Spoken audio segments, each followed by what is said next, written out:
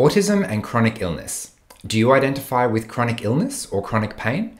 I didn't think I did until recently, and now I'm not so sure. It turns out avoiding autistic burnout may be more complicated than we think. Hi everyone, Paul Micallef here from Autism from the Inside. I make weekly videos sharing the human side of autism, so make sure you hit subscribe to get the latest content. What's the overlap between autism and chronic illness, and how does that affect our ability to cope in daily life and avoid burnout? I've recently had an absolutely shocking couple of weeks, and it has really challenged my thinking around this. In general, things this year have been going pretty well for me. I've made a couple of big lifestyle changes, really prioritizing space and self-care. I committed myself to writing a book this year, and as part of that, I uncommitted myself to virtually everything else, keeping only this YouTube channel and my one-on-one life coaching work. I completely redesigned my work schedule so that I have plenty of time to focus on projects and transition between tasks. I've been looking after myself physically, mentally, emotionally, spiritually, and overall, things were going really well. In fact, I'd been so productive that I was a couple of weeks ahead of my YouTube schedule, and I decided to devote 3 full, uninterrupted weeks to book writing.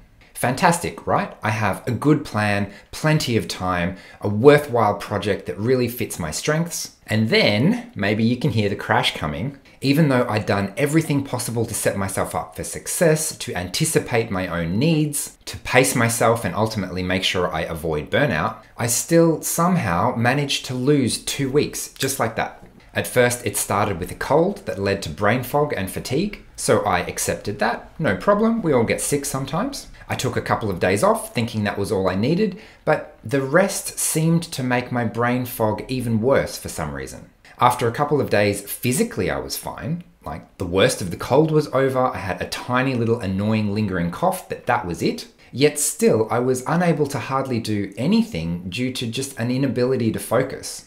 To use the chronic illness concept of spoons, it seemed like no matter how much rest I had, no matter how much sleep I got, I just woke up every day with no spoons for no apparent reason. Okay, so maybe this cold is just taking a little longer than expected to go away. That's fine. By this stage, I'd lost an entire week and I thought, no worries, I'll just reset Monday, and luckily I've got plenty of time. I devoted 3 full weeks, so still plenty of time to go. So Monday comes round and I woke up with a migraine. Okay, no problem, that happens sometimes. I'll just take 1 more day off. Again, fortunately, I've got the whole week, so no stress on time. My migraines usually only last about 12 hours or so, and by the evening it was sort of slowly starting to let up a bit, and I thought, great, no problem, I'll just start afresh tomorrow and everything will be back on track. Except the next morning I can't sleep and I wake up with another migraine at 5 AM. What is going on? I don't remember ever having 2 migraine days in a row, and Tuesday's migraine was twice as bad as Monday's. Forget work, like, let's just try and get through the day somehow. I basically spent the whole day drifting in and out of consciousness, just trying to breathe. It's very rare for a migraine to be that bad for me, and I thought, wow, this is terrible luck, but that's okay. Hopefully it only lasts 12 hours, and luckily towards the evening it was slowly starting to ease again, and I thought, okay, surely now the worst is over and I can eventually start to recover and get back on my feet and do the really exciting work that I would really love to be doing right now. But you guessed it, Wednesday comes around and guess what? Migraine number 3. Now I am 100% sure I've never ever had 3 consecutive migraine days in a row. That has just never been part of my experience. So as you can imagine, I'm very confused, like what on earth is happening? This is just so far outside the norm of anything I've experienced before, with no apparent trigger. I've been looking after myself, everything's going really well, and it's not just a little bit worse, it's significantly worse than anything I'd experienced before. So what is going on? This time, I was kind of right. The worst was over, but even after the migraines had passed, I still had a headache lingering for that entire week. And the challenge with a headache, it's not so much the pain, it's the fact that the brain fog makes it almost impossible to do anything productive. And with the kind of job that I have, with the projects that I have taken on board because I'm really passionate about the work that I do, they all require some level of cognitive ability to make some progress. Like if I had a job carrying bricks or something, I could just have brain fog and keep doing it and it would be fine. And sometimes I wish I had a job like that didn't get so frequently interrupted by this type of experience. And it's at this point that I'm starting to wonder how much of an overlap there is between the experience I've been describing and a type of physical chronic illness that might get in the way of my imaginary dream job of carrying bricks every day. So I'm thinking, how different is my experience really? And this challenge with energy, the fact that my energy and my mood and my physical ability, my executive function ability seems to be so unpredictable that, if I'm honest, every time I put anything into my diary, I'm just hoping and praying that when it comes time to actually do that task or attend that event or whatever it is, I just have no idea how I'll feel. And I hope that I'll be in a state where I can attend that thing and meet that commitment or enjoy some downtime if that's what I've planned. I mean, will I feel good? Will I be exhausted? Will I have brain fog? Will I have a crippling migraine? There just seems to be no way to know in advance how I'm going to feel. It actually reminds me of Melbourne weather, of all things. I used to have a bike that I rode everywhere. I was living in the inner city and most things were within riding distance, and I was on this bike riding 5 to 15 minutes each way from things a couple of times a week. And the only thing with Melbourne weather is it's impossible to tell what's going to happen exactly. You can get a bit of a sense, but the main thing was the question, is it raining right now? Will it be raining in 30 seconds? Will it be raining in 5 minutes? The answer is it's really hard to tell a lot of the time. So I made a decision. As a regular commuter on my bike, I am just going to ignore the rain entirely. If it's almost raining, I will go out anyway. If it's not raining at all, I will go out anyway. If it's absolutely pouring rain, well, I might wait a couple of minutes, but I'm still going to go out anyway because it could stop at any moment. And my philosophy behind this was that if I have the anxiety of constantly asking myself this unanswerable question of, am I going to get to my destination before it starts raining, then I'll never leave the house because there's always a significant chance of getting caught in a downpour.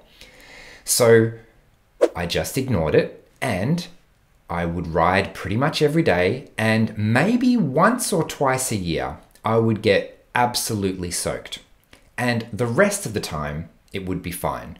And so the reason this analogy is coming up is because that's kind of how I feel with my energy and committing to events. Like, I have no idea how I'm going to feel. It's probably going to be fine. I hope it's going to be fine. If it's not fine, there's nothing I can do about it. I will either reschedule or push through or manage it in some other way. But what is not a viable option is to just not go out on my bike, not make commitments in my life, not take on any projects, not do anything for fear of this unknown that might strike at any time. So in that sense, it feels like it's just a roll of the dice as to how I'm going to feel, which means I'm going to need a contingency plan for basically every single event that I put in my calendar. Now, sometimes when I'm not feeling well, the cause is pretty obvious. For example, we recently had a public holiday in Melbourne, and so I spent basically the entire afternoon at a barbecue catching up with some old friends. Now, that might sound fairly relaxed, but there were so many people and so many kids that it was a pretty intense social experience from my standards at least. And the next day I was wrecked. I felt sluggish, I had a headache all day, I was really sensitive to light and sound and all that kind of stuff. You'd think I was hungover or something, seriously, except that I almost never have alcohol these days for that exact reason, that it doesn't help with my headaches and there's a reasonable chance that it'll lead to a migraine and I'm not sure, and so it's not worth risking it most of the time. So in this case, I already know that spending time, too much time at least, in very noisy environments can have a pretty severe toll. However, what about this 3-day migraine? I had been basically resting for a week, so what could possibly have led to that? So when I compare this to the experience that I've heard described by some people with chronic illness, there are two main things that stick out to me. The first one is the unknown, right? It's the seemingly random element that's the killer. How many spoons am I going to wake up with today? It's just not a known quantity that I can rely on. If I were lactose intolerant or something and I knew that eating ice cream would not leave me feeling very good, then I could just avoid that and there would be some degree of control over the situation. Whereas if I have no idea what is influencing the situation, then there's a huge sense of lack of control and lack of predictability that I just don't know how many spoons I'm going to wake up with today. And this extra unknown element actually adds a huge amount of background stress, because even when nothing goes wrong, I'm still planning for what if something happens, right? I need a contingency plan even when things are going well. And that leads into the second point, which is that background stress can take a huge toll on energy. It essentially took me 4 days to recover from a 3-day migraine. Why? Well, it wasn't the migraine itself, it was the extra energy that I had to put into just enduring that situation. And although I didn't notice it at the time, it had its flow-on effect over the rest of that week, and it took another couple of days even after the migraine had gone away before I felt like I finally had some energy back. It's a well-known fact that pushing through pain and just enduring discomfort in the background is a big source of stress and depletes our executive function resources. And this experience is pretty common in the autistic community, which means that if you are enduring extra sensory stuff, it can take away your energy and lead to burnout more quickly and things like that. So again, I'm wondering, what is the overlap, if any, with chronic illness here? Some disabilities are very visible, you can see them on the outside, but many factors are not, like the extra energy or effort it takes to endure pain or discomfort, especially over long periods of time. So I don't personally have a diagnosis of any other official co-occurring condition, unless you count the migraines or excessive daytime sleepiness, that's a fun one. But under normal circumstances, I might have one moderate migraine a month. So if that was it, then it wouldn't be so challenging to deal with. It's more the daily unknown of, am I going to have severe brain fog for no reason today? Am I going to be exhausted for no reason today? Can I do the work or the activity that I had planned in my diary that I was actually looking forward to? So what do you think? Can you relate? I'm sure many of you may have an additional condition, which would be a chronic illness in its own right.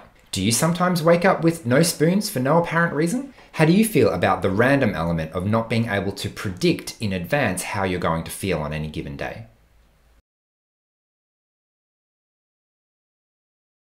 So finally, all this puts an entirely new spin on what it means to avoid autistic burnout. Not only is it about creating an appropriate lifestyle that allows time and space for rejuvenation, it's also about self-awareness and flexibility to know how you're tracking, recognize when your brain is writing checks that your body can't cash, and having an appropriate contingency plan when things come up that you were just not expecting. Of all the things that lead to burnout, failure to listen to my body is a fast track to preventing recovery. And if I keep underestimating how much energy a particular situation is taking out of me, and I don't have ways to adequately rejuvenate, then that is a surefire way to lead to long-term burnout, since I'm slowly eating away at my energy reserves, especially my long-term energy reserves, getting less and less and less slowly over time, or sometimes quite quickly. But the trend is that I'm losing them consistently over time. And that is the recipe for a situation that will inevitably lead to burnout in the end. So what do you think? What are your strategies when you need to be flexible? And I'm especially curious to hear from you if you personally have a chronic illness. Have I hit on some significant overlap here? Or is the experience that I'm describing something quite different? I'd love to hear from you, so please leave a comment if you can. Otherwise, thanks for watching. I hope you've enjoyed this video, and I will see you again next week. Bye.